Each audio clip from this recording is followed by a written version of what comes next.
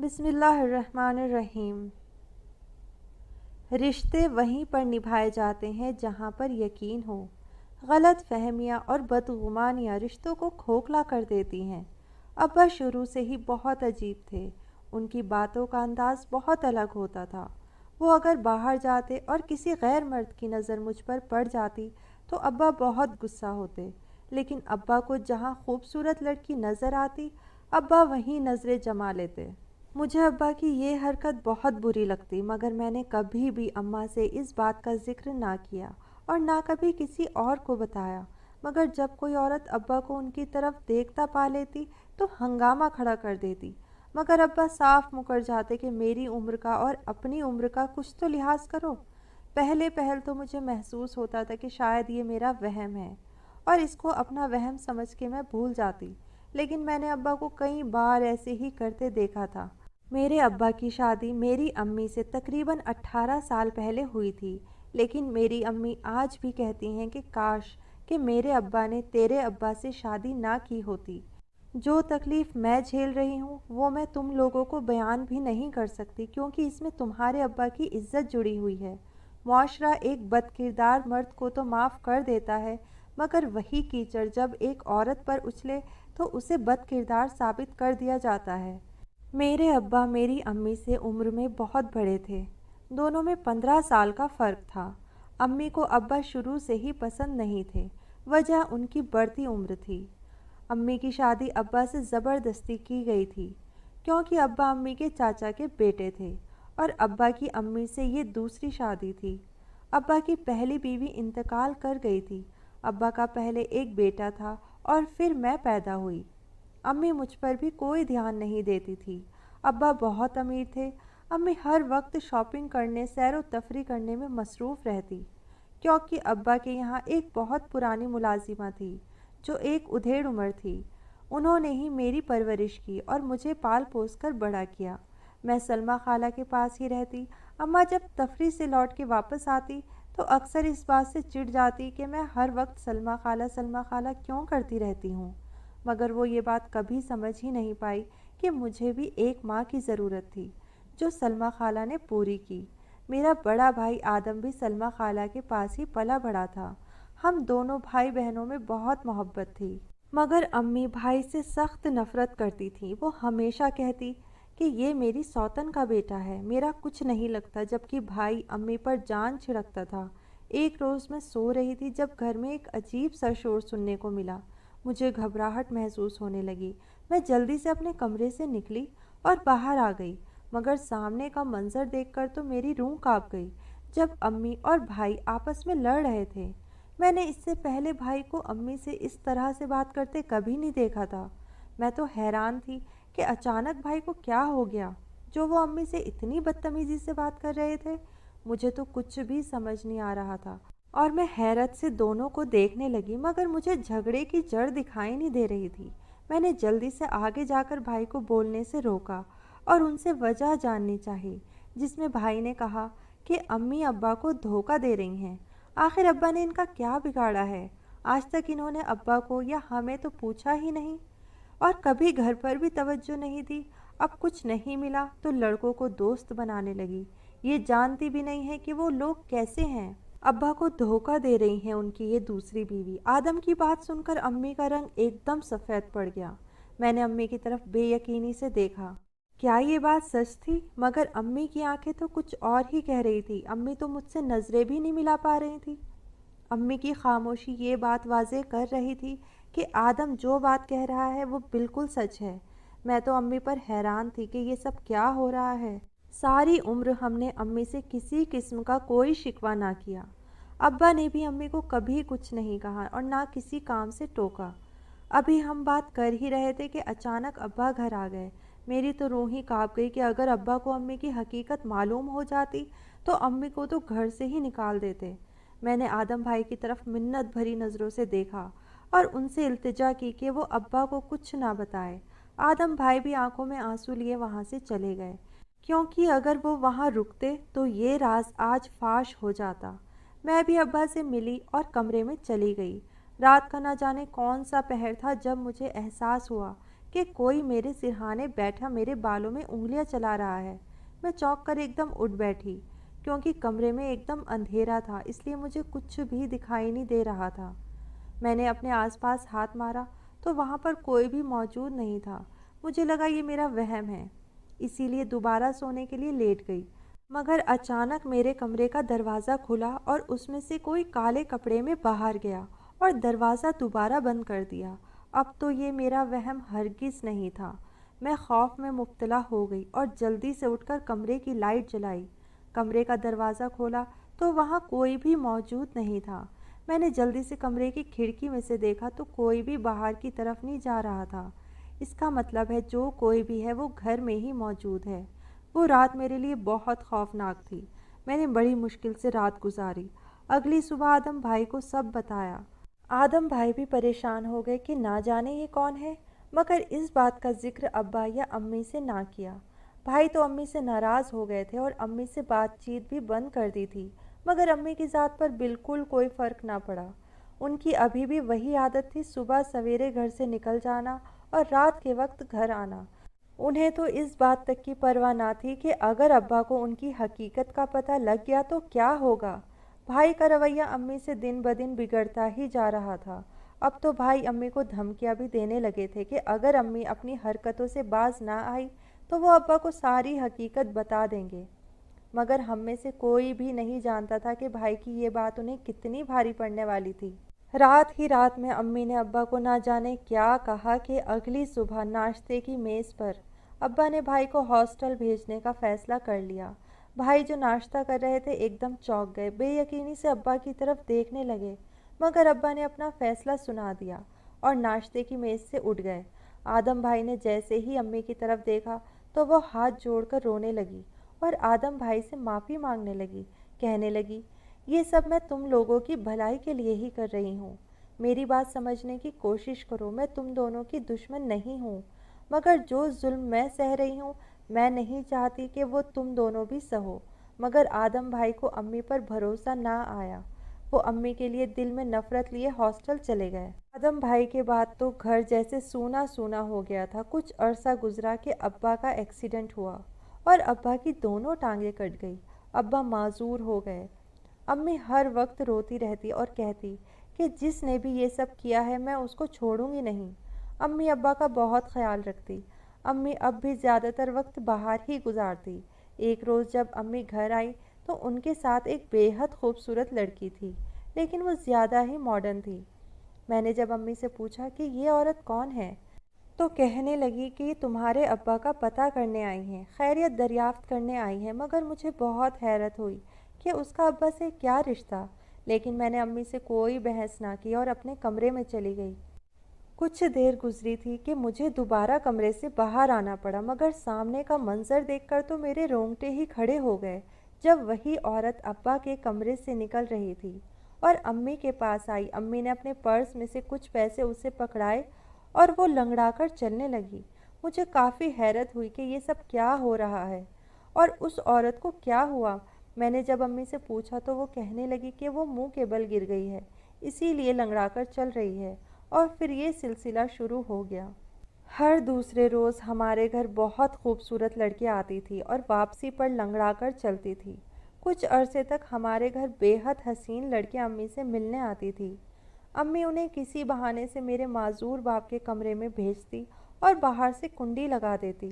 कमरे से चीखने की आवाज़ें आती तो अम्मी बड़ी उदास होती। जब लड़कियां कमरे से बाहर आती तो उनका मुंह ढका होता और लंगड़ाकर चलती। अम्मी उन्हें कुछ रुपए पकड़ा देती। आखिर ये माजरा क्या है, मेरी तो समझ से बिल्कुल बाहर था।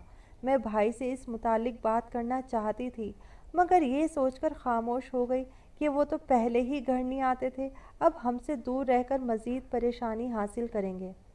एक रोज़ भाई का फ़ोन आया। भाई मुझे पूछने लगे कि दोबारा तुम्हें अपने कमरे में किसी का एहसास तो नहीं होता।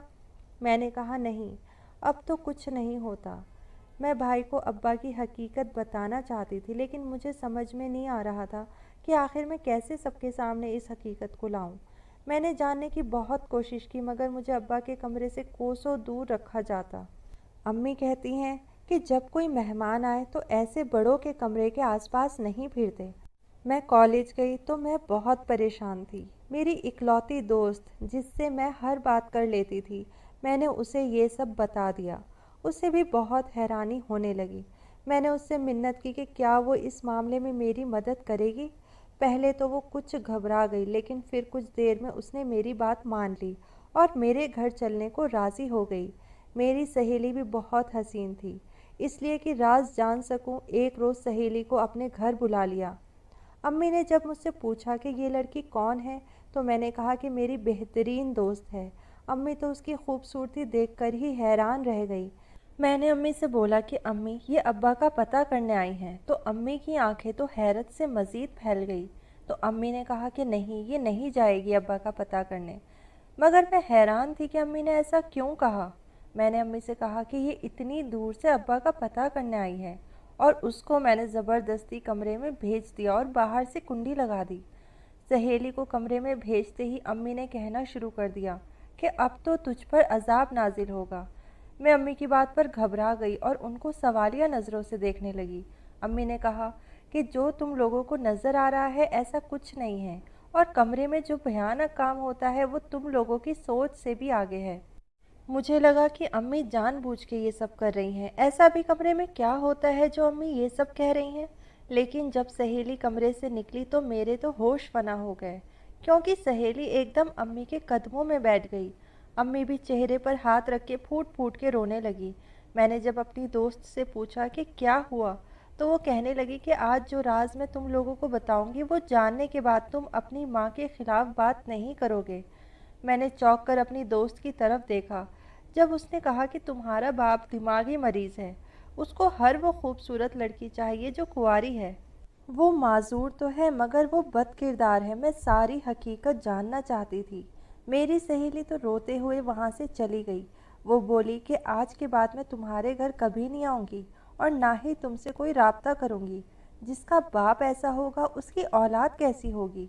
मैं तो हैरान थी अपनी दोस्त की बातों पर, क्योंकि वो मेरी बेहतरीन दोस्त होकर भी मुझ पे वो ऐसे तंज कर रही थी। मैंने अम्मी से पूछा कि अम्मी ये सब क्या है, तो अम्मी चेहरे पर हाथ रख के फूट फूट के रोने लगी। कहने लगी कि ये सब मेरी एक गलती की सज़ा है। मैं कॉलेज के दिनों में मोहब्बत करती थी, मगर वो शख्स अच्छा इंसान नहीं था। मेरे अब्बा को जब ये सब इल्म हुआ तो बहुत गुस्सा हुए, लेकिन मैंने एक ही ज़िद पकड़ ली थी कि मैं शादी करूंगी तो उसी लड़के से। जब अब्बा ने उस लड़के के बारे में पता करवाया तो वो एक शराबी था, पहले से 2 शादियां कर चुका था। मुझे जब ये बात पता चली तो मेरा दिल तो बहुत बुरी तरह से टूट गया। मैं बिल्कुल खामोश हो गई थी। मेरी खामोशी को देखते हुए मेरे अब्बा ने मेरी शादी तुम्हारे अब्बा से कर दी थी।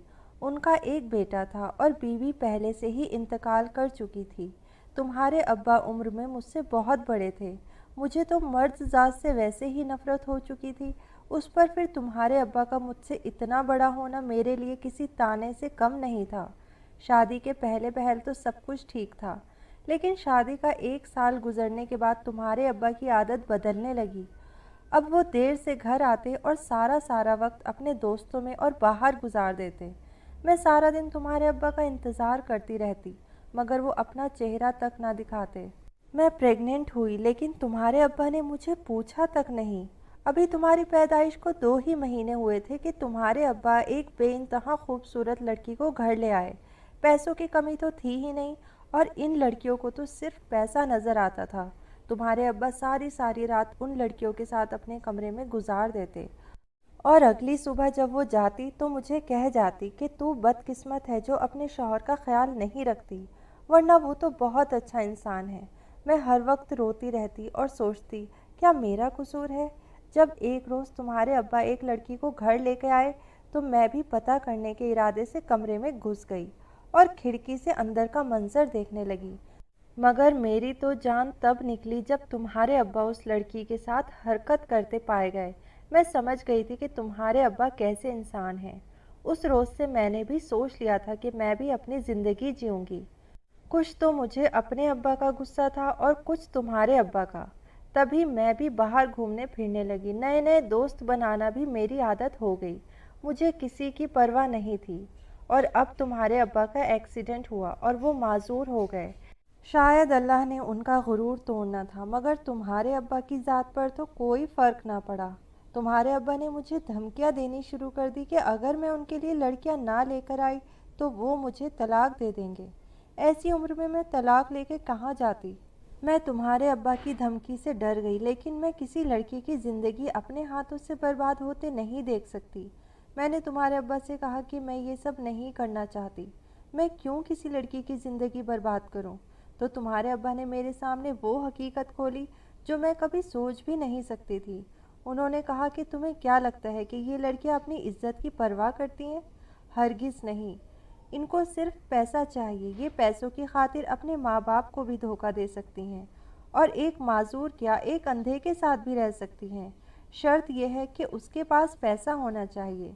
मैं अपने शौहर की बात पर दंग रह गई। मैंने अपने शौहर से कहा कि हर लड़की ऐसी नहीं होती, मगर मेरे शौहर ने कहा कि जो लड़कियां ऐसी नहीं होती उनकी चाल और बात करने के अंदाज से ही सब कुछ मालूम हो जाता है कि वो किसी अच्छे घराने से है या नहीं। मगर इस दलदल में तो अक्सर गरीब घर की बेटियां ही फंसती हैं, जिनको हमेशा पैसे की कमी रही हो या फिर अपने घर को चलाने की खातिर कुछ भी करने को तैयार होती हों।